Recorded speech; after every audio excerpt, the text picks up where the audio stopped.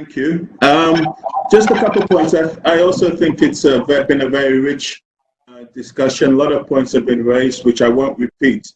There's a couple that I just really want to emphasize. I really think it's important that we as long-term investors, sovereign wealth fund investors, pension funds, etc., avoid getting sucked into doing things, short-term fixes that will actually damage our financial sustainability ourselves in the long term.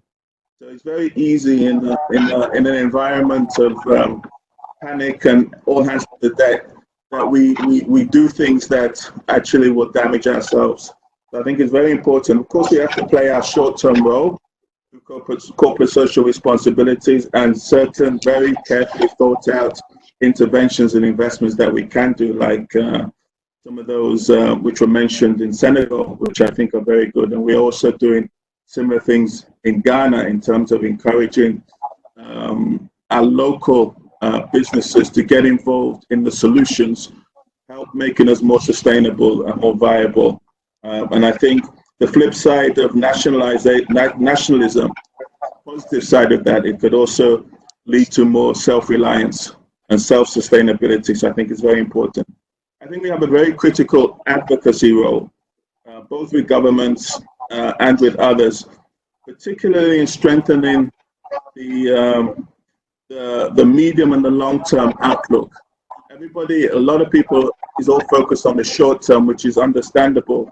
But still, we need to be making our investments in our infrastructure, particularly in our technology and digitization. I think one of the problems that we have in Ghana, like many countries in Africa, is that we can't identify people. We can't get to help people. And it's very important in times like this that we should be able to identify and follow our citizens, even for tracing, for various things like that. So these investments in digitization technology is very important, and particularly trade platforms. The world is not going to go back to the way it was. There's going to be a shift, and the shift is going to be more technology, more platforms, less people interactions, and we should start investing in those areas as well. On the idea of the role of the multilateral development agencies and the donors, I think we have to put immense pressure on them to really look at debt relief, even if it's tied to specific things that the countries do, so we don't waste the opportunity of debt relief. But asking countries to pay and service debt in a time like this, I think is terrible. I also think for the first time, we have a lot of leverage.